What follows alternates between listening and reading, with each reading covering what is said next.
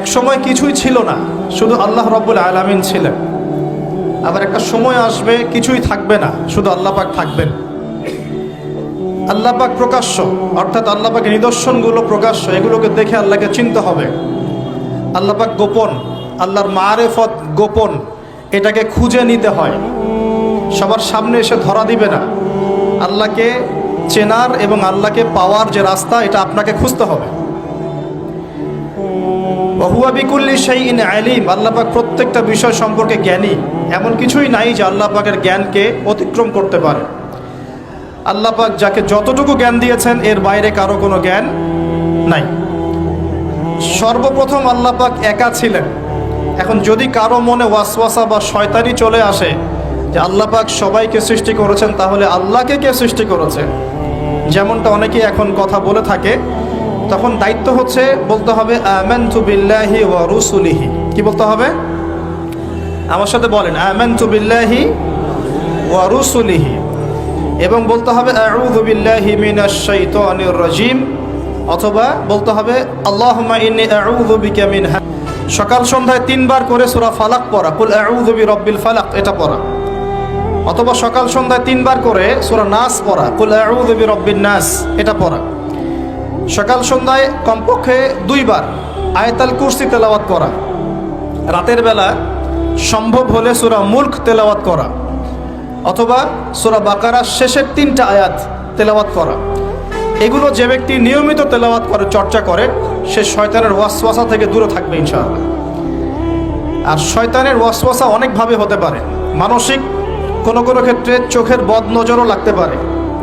চোখের বদনজর কিন্তু সত্য, যদিও বা বর্তমান বিজ্ঞান এগুলোকে স্বীকার করে না।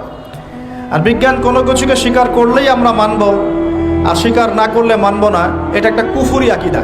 কি আকীদা? কুফরি আকীদা। বিজ্ঞান, যুক্তি, দর্শন এগুলো আল্লাহর বিধানের আওতাধীন। আল্লাহ পাকের বিধান এবং ওহী বিজ্ঞান, যুক্তি, দর্শনের আওতাধীন নয়। এই কনসেপ্টটা মুসলিমদেরকে আগে ক্লিয়ার করতে হবে। আল্লাহ রাব্বুল আলামিন তার ওহীর মধ্যে যে জ্ঞান নাজিল করেছেন এটা চূড়ান্ত। কোনো জ্ঞান যদি এর ভিতরে পড়ে যায় সেটা আমরা গ্রহণ করব, যেটা এর বাইরে চলে যাবে সেটাকে গ্রহণ করার প্রয়োজন নাই। দুর্ভাগ্যজনক হচ্ছে পশ্চিমারা সর্বপ্রথম নষ্ট করে দিয়েছে মুসলিম কমিউনিটিগুলোর পলিটিক্যাল সিস্টেম।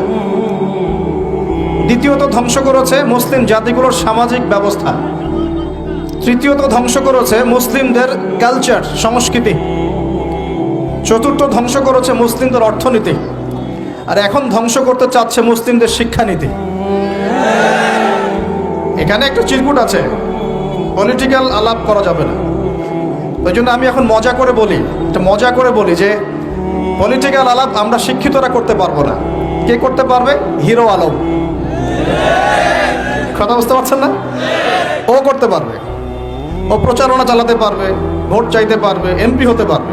শিক্ষিত সমাজ কথা বলতে পারবে। সর্বপ্রথম যে বিষটা দেওয়া হয়েছে পশ্চিমা সভ্যতা থেকে, সেটা হলো মুসলিমদের একটা কমিউনিটি ছিল ইউনাইটেড, এটাকে কেটে টুকরা টুকরা করে বিভক্ত করে ফেলা হয়েছে। এটা 1 নম্বর কাজ তারা করেছে। 2 নম্বর, পলিটিক্যাল সিস্টেমগুলোর মধ্যে বিষ ঢুকিয়ে দেওয়া আছে। বিষ, এখানে ভাইয়ে ভাইয়ে মারামারি করবে। এখন ভাই ভাই, দুজনেই ভাই। আচ্ছা, 3 নম্বর করা হয়েছে কালচার। আমাদের যে কালচারগুলো আছে, এই কালচারগুলোকে ধ্বংস করে দেওয়া হয়েছে। পশ্চিমা কালচারে সব কিছুই চলছে, আমাদের চেহারা স্রোত থেকে শুরু করে আকীদা, আদর্শ, সব কিছুই, পরিবার, সব কিছুই। পশ্চিমা কালচার ছাড়া আমরা চলতে পারছি না। একটা বিয়ে হবে, সেই বিয়েতেও গিয়ে দেখবেন প্রথমে গায়রে মাহরাম, মাহরামের কোনো বাস বিচার নাই। যে যাকে পাচ্ছে হলুদ মাখাচ্ছে, ডিজে পার্টি হচ্ছে, ধুমধারাক্কা গান হচ্ছে। বিয়ের শুরুটাই হচ্ছে পশ্চিমা কালচার দিয়ে। প্রত্যেকটা সেক্টরে অর্থনীতি, আল্লাহ পাক ব্যবসা হালাল দিয়েছেন। আল্লাহ পাক দিয়েছেন যাকাত ভিত্তিক অর্থনৈতিক সিস্টেম, সাদাকা, ওশর, সাদাকাতুল ফিতর ইত্যাদি। এগুলো সব বাদ। এখন চলছে সুদ। কি চলছে? সুদ আর প্রতারণা, ঘুষ আর দুর্নীতি। এখানেও পশ্চিমা কালচার। আরেকটা কি? শিক্ষা। এখন শিক্ষার মধ্যেও আস্তে আস্তে সব পশ্চিমা কালচার ঢুকে দেওয়ার চেষ্টা করছে। আর আমরা কি করছি আসলে? আমরা আপোষে মারামারি কাটাকাটি করছি, আপোষে গীবত, তহমত, সমালোচনায় ব্যস্ত আছি। কে কার ভুল ধরবো, কে কাকে আন্ডারস্টিমেট করব, কে কাকে অনলাইনে ধুয়ে রেখে দিব, এগুলোই আমাদের কাজ। তো আল্লাহ পাক আমাদেরকে বুঝ দান করুন, বোধশক্তি দান করুন, যে আল্লাহ পাক যেন আমাদেরকে বোঝার তৌফিক দেন কোরআন এবং সুন্নাহর মধ্যে যে জ্ঞানটা আছে এটাই চূড়ান্ত। এর বাইরে অনেক জ্ঞান থাকতে পারে, সেই জ্ঞান আমরা নিব না এমন নয়, সেই জ্ঞানও আমরা নিব, কিন্তু যখন সেটা কোরআন সুন্নাহর মানদণ্ডে টিকে যাবে তখন নিব। দেখা যায় কোরআন সুন্নাহর সাথে সাংঘর্ষিক, সেই জ্ঞানটা আমরা নিব না, সিম্পল। কারণ আমরা তো মুসলিম, অন্যদের পরকালীন কনসেপ্ট নাই, অন্যদের পরকালের হিসেব নিকাশের ভয় নাই, তাদের পরকালীন কোনো চেতনা নাই, কিন্তু আমাদের আছে না? আমাদেরকে মৃত্যুবরণ করতে হবে, কবরে সওয়াল জবাব দিতে হবে, আমাদের হাসর মিজান পুলসিরাত আমাদের সামনে অপেক্ষা করছে, আর আমরা চাই জান্নাতে যেতে। কোথায় যেতে? জান্নাতে যেতে। তাহলে আমাদেরকে তো 8-10টা মানুষের মতো চিন্তা করলে হবে না, হবে? অতএব জীবনের প্রতিটা ক্ষেত্র আল্লাহ পাকের ওহির বিধানে যে চলবে, ইনশাল্লাহ সে সফল, দুনিয়াতেও সফল, পরকালেও সফল ইনশাল্লাহ। আর আমরা ইসলাম কারো উপর জোর করে চাপিয়ে দিব না, দিব? ইসলামের মধ্যে জোর জবরদস্তি নাই, লা ইকরাহা ফিদ্দিন, দ্বীনের মধ্যে কোনো জোর জবরদস্তি নাই। সত্য মিথ্যাকে স্পষ্ট করে উপস্থাপন করতে হবে। যার মনের মধ্যে আল্লাহ পাক হেদায়েত দিবেন সে সত্যের পথে চলে আসবে ইনশাআল্লাহ। যাকে আল্লাহ পাক হেদায়েত দিবেন না, তাকে আপনি হাজার দিন বোঝালেও সে সত্য গ্রহণ করবে না। অতএব ফাযাক্কির ইন্নামা আনতা মুযাক্কির, আল্লাহ পাক বলেছেন তুমি উপদেশ দাও, তুমি শুধু উপদেশ দাতা মাত্র। লাস্তা আলাইহিম বিমুসাইতির, তুমি কারো প্রতি দারোগা নও, কাউকে চাপিয়ে দিতে পারবে না। ফাযাক্কির ইন নাফাআতিদ যিকরা, উপদেশ দাও, যদি উপদেশ কাজে লাগে। সায়াযাক্কারু মান ইয়াখশা, যে আল্লাহকে ভয় করে সে অচিরেই কিন্তু উপদেশ গ্রহণ করবে। আল্লাহ পাক আমাদের সবাইকে আল্লাহর উপদেশ অর্থাৎ কোরআন সুন্নাহর ওহীর জ্ঞান অর্জন করার তৌফিক দান করুন এবং সেই জ্ঞান অনুযায়ী আমল করার তৌফিক দান করুন। আল্লাহ পাক মানুষ সৃষ্টি করে কি করেছেন সেটা জানার আগে আমরা এটা জানবো যে আল্লাহ রাব্বুল আলামিন যখন একা ছিলেন তারপর আল্লাহ পাক কি করেছেন, জানতে ইচ্ছা করে না? আচ্ছা, আজকে আমরা হিস্ট্রিটা বলছি, শুনুন। আস্তে আস্তে আমি যুবকদের দিকেও আসবো এবং সমকালীন প্রেক্ষাপটেও আসবো ইনশাআল্লাহ।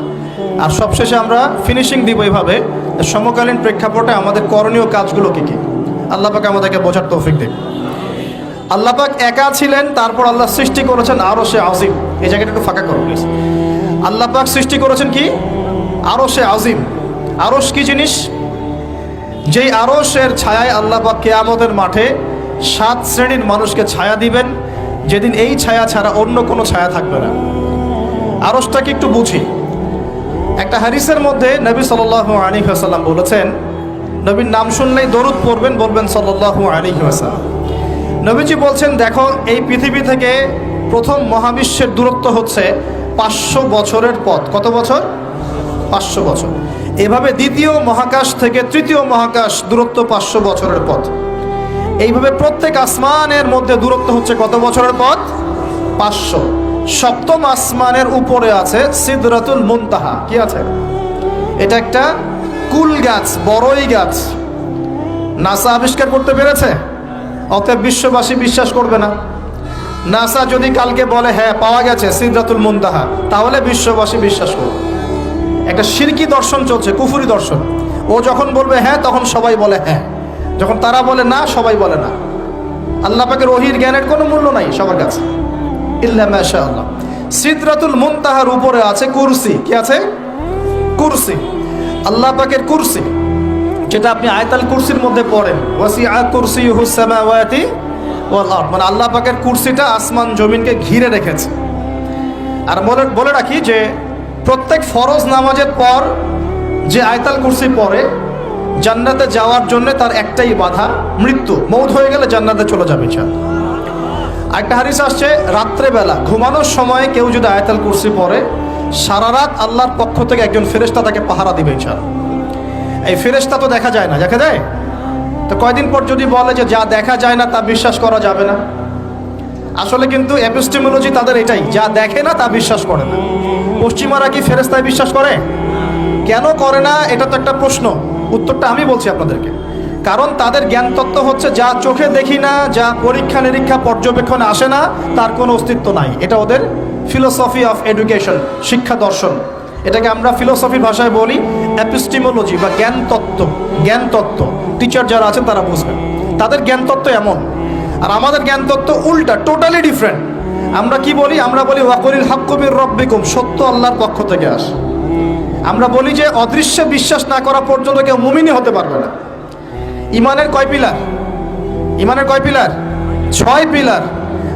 আমানতু বিল্লাহি, আল্লাহর প্রতি বিশ্বাস করলাম, ওয়া মালাইকাতিহি, তার ফেরেশতাগণের প্রতি, ওয়া কুতুবিহি, আল্লাহ পাকের আসমানি কিতাব সমূহের প্রতি, ওয়া রুসুলিহি, আল্লাহ পাকের রাসূলগণের প্রতি, ওয়াল ইয়াউমিল আখির, পরকালের প্রতি, ওয়াল কদরি খায়রিহি ওয়া শাররি, তাকদীর বা ভাগ্যের ভালো মন্দের প্রতি। এই 6টার একটাও কি চোখে দেখা যায়? আল্লাহকে দেখেছেন? ফেরেশতা দেখেছেন? আমাদের নবীকেও কি দেখেছেন? শুধু কোরআনটা আপনি চোখের সামনে দেখছেন, আর কিচ্ছু আপনি দেখছেন না। পরকাল দেখেছেন? তাকদীর ভাগ্য দেখেছেন? কিচ্ছু দেখি নাই। এই 6টা পিলারে বিশ্বাস না করতে পারলে কেউ মুমিন হতে পারবে না। পারবে? আলিফ লাম মিম যালিকাল কিতাবু লা রাইবা ফি হুদাল লিল মুত্তাকিন, কারা মুত্তাকি? আল্লাযীনা ইউমিনুনা বিল গায়বি, এই যে 6টা গায়েবে যারা বিশ্বাস করে এরা হলো মুমিন মুত্তাকি। তাহলে আমাদের জ্ঞানের ভিত্তিটা কি? আমরা অদৃশ্যে বিশ্বাস করি, আর ওদের জ্ঞানের ভিত্তি হচ্ছে ওরা চাক্ষুষ যা দেখে তাতে বিশ্বাস করে। এই জায়গাতেই তো পার্থক্য জ্ঞানতাত্ত্বিক। এই কারণেই ওরা ফেরেশতায় বিশ্বাস করে না, আল্লাহ বিশ্বাস করে না, নবী রসুলগণে বিশ্বাস করে না। তারা বলছে আল্লাহর সন্তান আছে, নাউজুবিল্লাহ। হ্যাঁ, তারা আসমানি কিতাবে বিশ্বাস করছে না, তার ধর্মের কনসেপ্টে বিশ্বাস করছে না। তারা পরকাল, পুনরুত্থান, হাসর, কিয়ামত, মিজান, পুলসিরাত কিছুই বিশ্বাস করে না। বিশ্বাসগত পার্থক্য এখানে। এখন মুমিন মুসলিম হিসাবে আমরা বিশ্বাস করি আল্লাহ পাকের ফেরেশতা আছে না নাই? আছে। এখন এই ফেরেশতারা 8জন ফেরেশতা, বড় বড় 8জন ফেরেশতা, তারা আল্লাহ পাকের আরশটাকে ধরে রেখেছে। কয়জন ফেরেশতা? 8জন। এই 8জন ফেরেশতা আল্লাহর আরশকে টেনে নিয়ে আসবে কিয়ামতের মাঠে। বলেন সুবহানাল্লাহ। আল্লাহ পাকের এমনও ফেরেশতা আছেন যারা একটা ফুৎকার দিবে, জাস্ট একটা ফু, এক ফুৎকারে পুরো মহাবিশ্ব ধ্বংস হয়ে যাবে। এত শক্তিশালী ফেরেশতা আছে আল্লাহ পাকে। আমরা যখন মায়ের গর্ভে ছিলাম, এরকম একজন ফেরেশতাই আল্লাহর পক্ষ থেকে রূহ নিয়ে এসে মায়ের গর্ভে ফুঁকে দিয়েছে এবং আল্লাহর হুকুমে 4টা বিষয় লিখে দিয়েছে।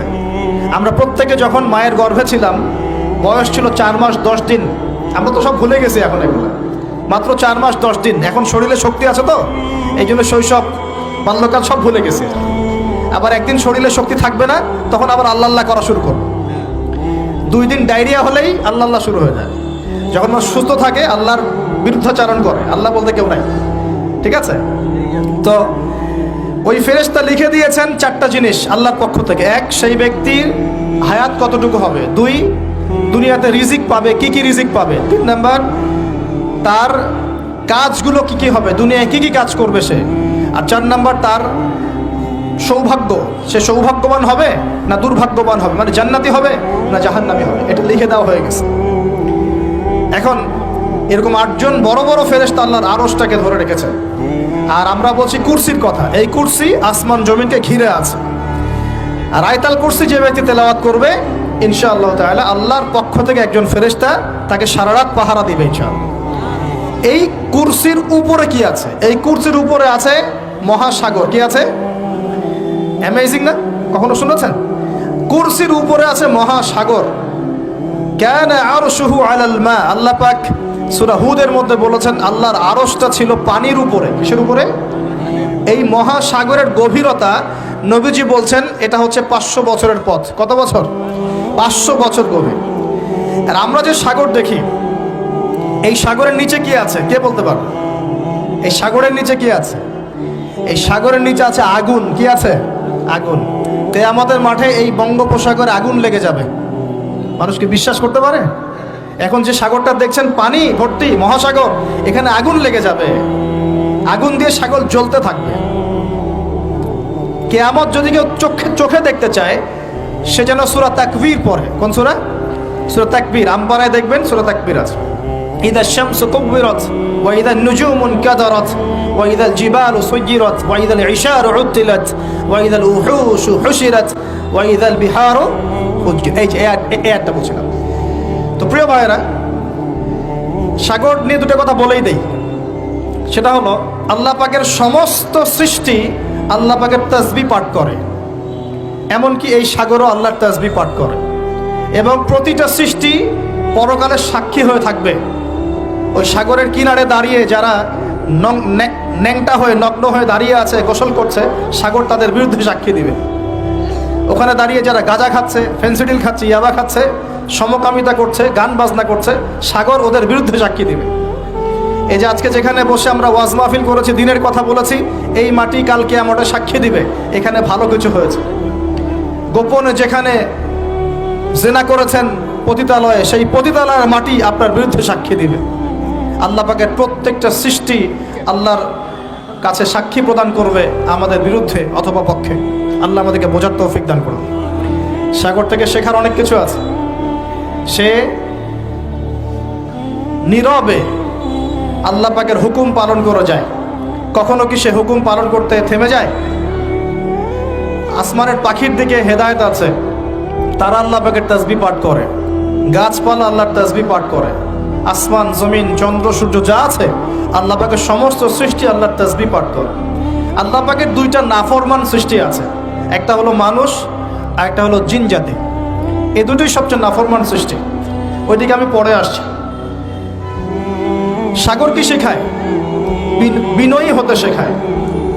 কারণ সে অনেক শক্তিশালী, সে অনেক শক্তিশালী এবং প্রচুর সম্পদে ভরা। এই সাগর এই পুরো এলাকার বা পুরো দেশের কোটি কোটি মানুষের রিজিকের উৎস।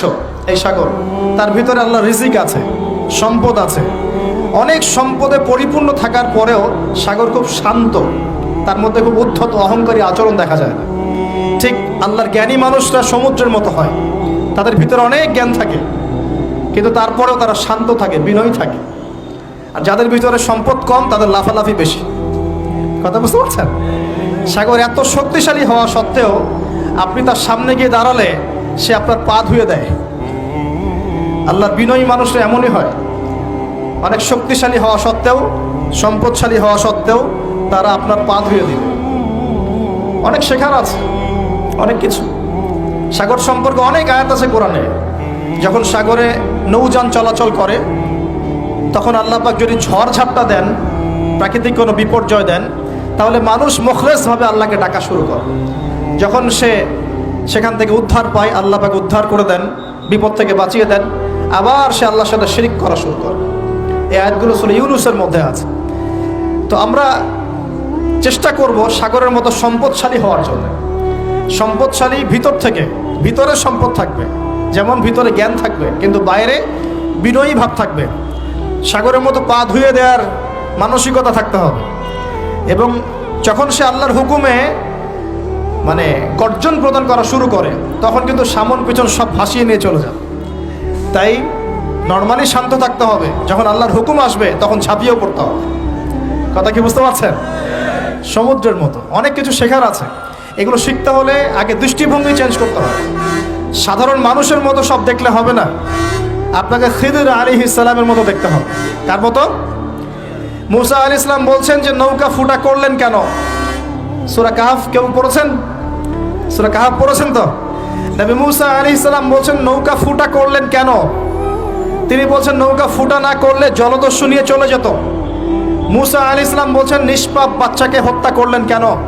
খিদর আলাইহিস সালাম বলছেন এই বাচ্চাকে হত্যা না করলে এই বাচ্চা বড় হয়ে বড় কাফের হতো, পিতা মাতাকেও কাফের বানাতো।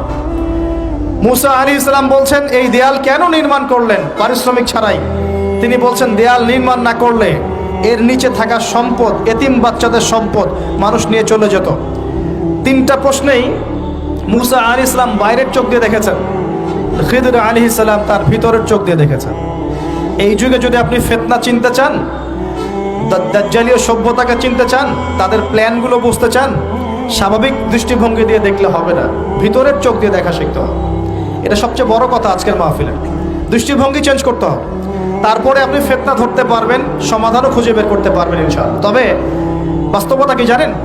বাস্তবতা হচ্ছে খিদর আলাইহিস সালামের মতো মানুষদেরকে এই সমাজ মূল্যায়ন করে না।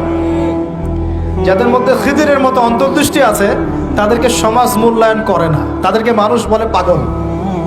যেমন নবী সাল্লাল্লাহু আলাইহি ওয়াসাল্লামকেও মানুষ বলেছিল মাজনুন, পাগল হয়ে গেছে। নবী সাল্লাল্লাহু আলাইহি ওয়াসাল্লামকে মানুষ বলছে সাহের, জাদুকর, মাজনুন, ফারিকুল জামাআ, বলছে সাবিঈ, কত কথা বলেছে। আল্লাহ পাক আমাদের সবাইকে কোরআন সুন্নাহ ভিত্তিক জ্ঞান অর্জন করার তৌফিক দেন। এবং খিদর আলাইহিস সালামের মতো অন্তর্দৃষ্টি লালন করার তৌফিক দান করুন। এই মহাসাগরের অস্তিত্ব আছে যেটা কুরসির উপরে, এর উপরে আল্লাহ রাব্বুল আলামিনের আরশে আজিম, যেটাকে টেনে নিয়ে আসবে কতজন ফেরেশতা? 8 জন। আগে হাদিসটা শুনি। আল্লাহ পাক বলেছেন, দুঃখিত, নবী সাল্লাল্লাহু আলাইহি ওয়াসাল্লাম বলেছেন, কিয়ামতের মাঠে আল্লাহ পাক 7 শ্রেণীর মানুষকে এই আরশের ছায়ায় ছায়া দিবেন। কত শ্রেণী?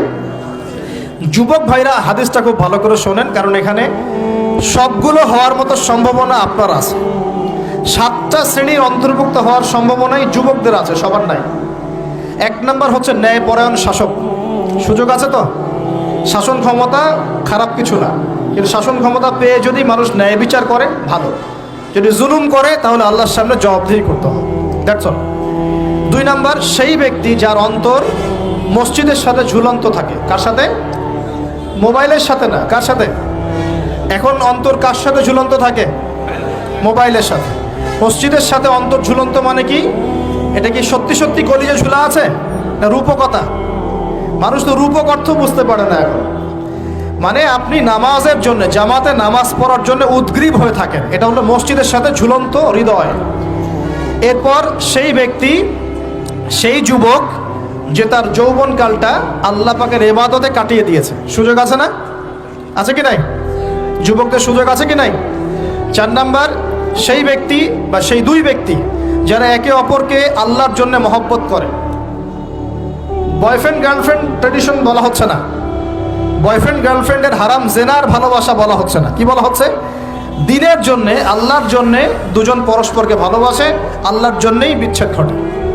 5 নাম্বার সেই ব্যক্তি যাকে, যুবক ভাই শোনেন ভালো করে, সেই ব্যক্তি যাকে কোনো সুন্দরী নারী জেনার জন্য ডাকে, সুন্দরী উচ্চ বংশের কোনো মেয়ে নিজেই জেনা করার জন্য ডাকে, কিন্তু যুবক বলে আমি আল্লাহকে ভয় করি, ইন্নী আখাফুল্লাহ, আমি আল্লাহকে ভয় করি। এরকম যুবক আছে এখনো বাকি সমাজে? এখন তো ইচ্ছা করেই মানুষ জেনা করে। এখন তো জেনা এত সহজ, মানুষ 1000, 1500, 2000 টাকা দিয়ে জেনা করতে পারে। এই সমাজে জেনা সহজ, বিয়ে হয়েছে কঠিন। এই সমাজে জেনাটা সহজ হয়ে গেছে, বিয়েটা কঠিন হয়ে গেছে। এই জন্য বিয়ের ঝামেলা অনেকে যেতে চায় না। জেনা করেই তো আমি যা উদ্ধার করার করছি, বিয়ে করলে খাওয়াতে হবে, নিজের পায়ে দাঁড়াতে হবে, এই লাগবে সেই লাগবে, সুবহানাল্লাহ। কিন্তু প্রিয় ভাই মনে রাখবেন, যদি আপনি জেনা থেকে বেঁচে থাকতে পারেন, আল্লাহ পাক আপনাকে সাক্ষাৎ মৃত্যুর হাত থেকেও বাঁচাতে পারেন। এটা আমি এমনি এমনি বলি নাই, আমি দলিল দিচ্ছি। জেনা এমন একটা পাপ, যেই পাপ থেকে যদি কোনো যুবক নিজেকে বাঁচাতে পারে, আল্লাহ পাক তাকে সাক্ষাৎ মৌতের হাত থেকেও বাঁচাতে পারবে ইনশাআল্লাহ। কিভাবে? 3 বন্ধু যাচ্ছে রাস্তা দিয়ে, হঠাৎ করে ঝড়, বন্ধু 3 জন ঢুকে গেল গুহার মধ্যে। কিসের মধ্যে? গুহায়, যে পাহাড়ি এলাকায় আপনারা থাকেন যারা, গুহার মধ্যে। হঠাৎ করে পাহাড়ের পাথর দিয়ে গুহার মুখটা বন্ধ হয়ে গেল। এখন খোলার কোনো অপশন নাই। সবাই বলছে এখন 3 জন, এখন তো আমরা বের হতে পারবো না, সবাই সবার নেক আমলের ওসিলা দিয়ে আল্লাহর কাছে দোয়া করো। কিসের ওসিলা দিয়ে? নেক আমলের ওসিলা দিয়ে দোয়া করতে হয়। যে হাদিস, মৃত মানুষকে ওসিলা করে তার জন্যে নজর মানত জবাই করে দোয়া করতে হয় না, নিজের নেক আমলের ওসিলা দিয়ে আল্লাহর কাছে দোয়া করতে হয়। আল্লাহ পাক এখন দোয়া শুনলেন। একজন বলছে আমি আমার পিতা মাতাকে খুব খেদমত করতাম, তাদেরকে দুধ পান না করে দুধ পান করাতাম না, নিজেও করতাম না, ছেলে থেকে করাতাম না। আল্লাহ এই কাজটা তোমার ভালো লাগলে আজকে গুহার মুখ থেকে পাথর সরিয়ে দাও। পাথর একটু সরে গেল। পাথর আল্লাহর কথা শোনে কিনা? শোনে না? সবাই আল্লাহর কথা শোনে। আগুন আল্লাহর কথা শোনে কিনা? ইব্রাহিমের জন্য আগুন ঠান্ডা হয়ে যায় নাই? আচ্ছা, তারপরে আরেকজন দোয়া করছে, আল্লাহ আমার এক কর্মচারী ছিল, তার বেতন বাকি ছিল, সে বেতন না নিয়ে চলে গেছে, আমি সেই বেতনটা দিয়ে কিছু গবাদি পশু কিনেছি। আস্তে আস্তে গবাদি পশু বেড়েছে, অনেক দিন পর সে এসেছে টাকা চাওয়ার জন্য। তা আমি বলেছি সবই তোমার, সব নিয়ে চলে যাও। সে বলেছে আপনি কি ফাইজলামি করতেছেন আমার সাথে? আমার টাকা আমাকে দেন। বলছে না, তোমার টাকা দিয়ে আমি এটা কিনেছিলাম, আজকে বংশবৃদ্ধি হয়েছে, সব তোমার, নিয়ে যাও। সে নিয়ে গেল। সে বলছে আল্লাহ এই কাজ যদি তোমার সন্তুষ্টির জন্য করে থাকি, আজকে আমাকে বাঁচাও। পাথর একটু সরে গেল। এবার তৃতীয় ব্যক্তি, এই ছেলে বলছে, যুবক ছেলে, আল্লাহ আমার একজন চাচাতো বোন ছিল। কে ছিল? এই যে বয়ফ্রেন্ড গার্লফ্রেন্ড খালাতো বোন, চাচাতো বোন, এখন তো বিচ্ছিরি অবস্থা। এখন এমন একটা অবস্থা, পশ্চিমা সভ্যতার রিপোর্টগুলো পড়ে দেখি, ভাইও বোনের সাথে জেনা করে না। ওদের ওখানে নিজের আপন পিতার দ্বারাও মেয়ে সেক্সুয়াল হ্যারাসমেন্টের শিকার হয়। ওরা আমাদেরকে শেখায় এখন ভালো কোনটা মন্দ কোনটা, আর আমরাও আমাদের মাথাটা কবে যে বিক্রি করে দিলাম। ওদের কাছ থেকে ভালো মন্দ শিখতে হচ্ছে, কোরআন সুন্নাহ বাদ দিয়ে ওদের কাছ থেকে ভালো মন্দ শিখতে হচ্ছে। তো চাচাতো বোনকে সে খুব ভালোবাসতো, তাকে সে পেতে চাইতো, মানে তার সাথে সেক্সুয়াল সম্পর্ক করতে চাইতো। আমাকে 1000 বা 100 স্বর্ণ মুদ্রা দিতে পারো, দিনার, তাহলে আমি তোমার সাথে সেক্স করব, মানে জেনা করবো, নাউজুবিল্লাহ। তো সেই ছেলে অনেক কষ্ট করে এই টাকাগুলো বা এই দিনারগুলো অর্জন করে, কামাই করে, দিন রাত পরিশ্রম করে, ঠিক আপনারা যেমন করছেন না। তো এরপর সে তার স্বর্ণ মুদ্রা দেয়, দিয়ে বলে যে এখন আমাকে আমার কাজ করতে দাও। তখন সেই মেয়ে রাজি হয়। ঠিক যে মুহূর্তে তারা সেক্সুয়াল সম্পর্কটা করবে, ঠিক ওই মুহূর্তেই এই মেয়ে বলে ওঠে, হে আল্লাহর বান্দা, আল্লাহকে ভয় করো। আমি সারা জীবন আমার সতীত্বকে ধরে রেখেছি, কাউকে দেইনি, আমি কারোর সাথে এরকম অন্যায় করি নাই, আমি খারাপ মেয়ে নই, তুমি আমার ইজ্জতটা নষ্ট করো না। কে বলছে কথা? মেয়ে। ওই অবস্থা থেকে কি একটা ছেলের উঠে আসা সম্ভব? এটা কি এতটাই সহজ? এটা কিন্তু সহজ না। সত্যি কথা বলতে এই বিষয়টা কিন্তু এতটাও সহজ না। যারা অবিবাহিত তারা হয়তো বুঝতে পারবে না, বিবাহিতরা বুঝতে পারছে। তো ওই অবস্থা থেকে সেই টাকাগুলো না নিয়ে সেই স্বর্ণমুদ্রা মেয়েকে দিয়ে ওখান থেকে সেই ছেলে উঠে আসে আল্লাহর ভয়ে। সে এখন গুহার মধ্যে আটকা পড়েছে, আল্লাহকে বলছে, আল্লাহ ওই দিন ওই কাজ যদি তোমার সন্তুষ্টির জন্য করে থাকি, আজকে আমাকে মৃত্যুর হাত থেকে বাঁচাও। সমস্ত পাথর দপদপ করে সরে গেল গুহার মধ্যে। এটা কিন্তু কোনো গাল গল্প না, এটা বনু ইসরাইলের ঘটনা, সত্য ঘটনা। এই হাদিস থেকে আমি আপনাকে দলিল দিচ্ছি যে যদি জেনার মতো পাপ থেকে আমি সরে আসতে পারি, সাক্ষাৎ মৌত থেকে আল্লাহ বাঁচাতে পারে। প্রিয় ভাই, সেই যুবক আরো সে ছায়া ছায়া পাবে যে তার যৌবনকালটাকে আল্লাহর পথে কাটিয়েছে, এবং যাকে কোনো সুন্দরী মেয়ে জেনার জন্য আহ্বান করে, সে বলে আমি আল্লাহকে ভয় করি। আমরা তওবা করি, আমরা কোনো প্রকার জেনার পাবে যাব না ইনশাআল্লাহ। যদি হারাম কোনো সম্পর্ক থেকে থাকে, আজকেই এই নাম্বার ডিলিট করে ফেলতে হবে, আল্লাহ পাক তৌফিক দেন। ডিলিট করার আগে আবার ফোন করে বলেন না যে আজকে থেকে আর কথা বলবো না, তাহলে এই কথা আর কোনোদিন শেষ হবে না। একবারই বন্ধ, ডিসকানেক্টেড। কার জন্যে? আল্লাহর জন্যে। এবং এটা করার পরে আল্লাহকে বলতে হবে, আল্লাহ শুধু তোমার ভয়ে এবং তোমার সন্তুষ্টি পাওয়ার জন্যে আমি জেনা থেকে বেরিয়ে আসলাম। আল্লাহ তুমি আমাকে হেদায়েত দাও, ঈমান দাও, আমল দাও, এবং তোমার রাস্তায় আমাকে বেহিসাব রিজিক দাও। এবং নেককার কুমারী, নেককার প্রেমময়ী, তাকওয়াবান, মুত্তাকি একজন স্ত্রী আল্লাহ তুমি আমাকে দান করো। ইনশাআল্লাহ আল্লাহ পাক আপনাকে দান করো, আল্লাহ পাক দান করো। আল্লাহ পাকের জমিন প্রশস্ত, আল্লাহর হাত প্রশস্ত। আল্লাহর হাতকে সংকীর্ণ মনে করবেন না, আল্লাহর জমিনকে সংকীর্ণ মনে করবেন না। আল্লাহ পাক যাকে ইচ্ছা বেহিসাব রিজিক দিতে পারে ইনশাআল্লাহ। আল্লাহ পাক আমাদের সবাইকে বেহিসাব রিজিক দান করুন বলি আমিন। আর কে? আর সেই ব্যক্তি যে এত গোপনে দান করে, যার বাহাত জানে না ডান হাত কি দান করেছে, যার বাহাত জানে না ডান হাত কি দান করেছে। আমাদের মতো নয় যে 10,000 টাকা দান করলে সবাইকে না জানানো পর্যন্ত ঘুম হচ্ছে না, এমন নয়। দান এমন গোপনে করে যে তার বাহাত জানে না ডান হাত কি দান করছে। আল্লাহ পাক আমাদের সবাইকে গোপনে দান করার তৌফিক দেয়। এর মানে এই না যে প্রকাশ্যে দান করা যায় না, প্রকাশ্যেও দান করা যায়। অন্যকে উৎসাহিত করার জন্যে প্রকাশ্যেও দান করা যায়, কিন্তু গোপন দান আল্লাহর কাছে অনেক বেশি পছন্দের। আর 7 নাম্বার সেই ব্যক্তি যে নীরবে নিভৃতে গোপনে আল্লাহর কথা স্মরণ করে কাঁদে এবং তার চোখ দিয়ে অশ্রু প্রবাহিত হয়। এই 7 শ্রেণীর মানুষকে আল্লাহ পাক কিয়ামতের মাঠে আরশের ছায়া ছায়া দিবে ইনশাআল্লাহ। আমরা কি পেতে চাই? আল্লাহ পাক এই আরশ সবার আগে সৃষ্টি করেছেন। তারপর কি সৃষ্টি করেছেন? কলম। কি? কলম। কলম সৃষ্টি করে আল্লাহ পাক বলেছেন উকতুব, লিখো। কলম বলছে মায়দা আকতুব, আমি কি লিখবো? আল্লাহ বলছেন কিয়ামত পর্যন্ত যা হবে সব লিখো। লাউহে মাহফুজে কলম লেখা শুরু করেছে, কিয়ামত পর্যন্ত যা হবে সব লেখা হয়ে গেছে অলরেডি। অতএব রিজিক নিয়ে আপনার টেনশন করার কোনো দরকার নাই, যা লেখা হয়েছে পাবেন ইনশাআল্লাহ। যদি হালাল পথে চান হালাল পথে পাবেন, হারাম পথে চাইলে হারাম পথে পাবেন। আপনি যা তাকদিরে আছে এর বাইরে আপনি কিছু পাবেন, যতই চেষ্টা করেন।